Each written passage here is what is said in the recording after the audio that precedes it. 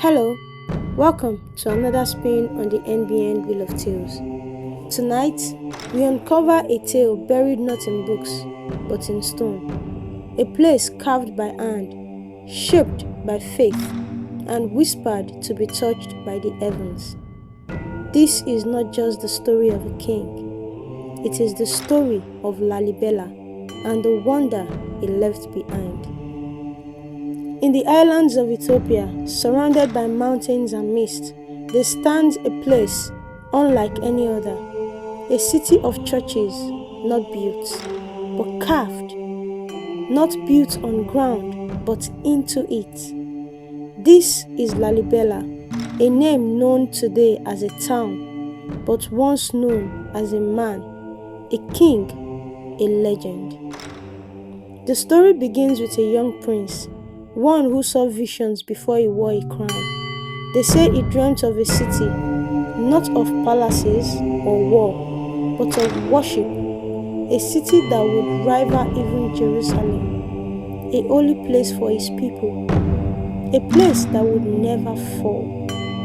And when he rose to the throne, he remembered that dream. But what he did next was not expected.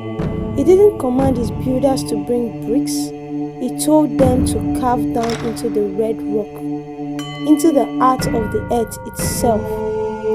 One by one, churches began to appear, not as buildings, but as monuments, cut from living stone. From the top down, each wall, each doorway, each pillar carved with perfect precision.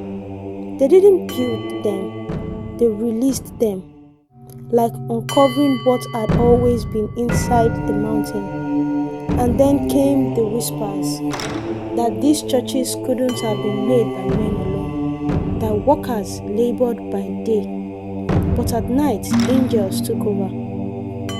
The place was too fast, the designs are too perfect, the ambitions too impossible. Many believed heaven itself has helped Lalibela complete his vision. The most famous of them all stood shaped like a cross, alone in a pit of silence, carved so deep it touches the soul. Bet Giyogis. To stand above it is to feel something ancient calling from below. But Lalibela wasn't trying to impress the world. He wasn't building a wonder.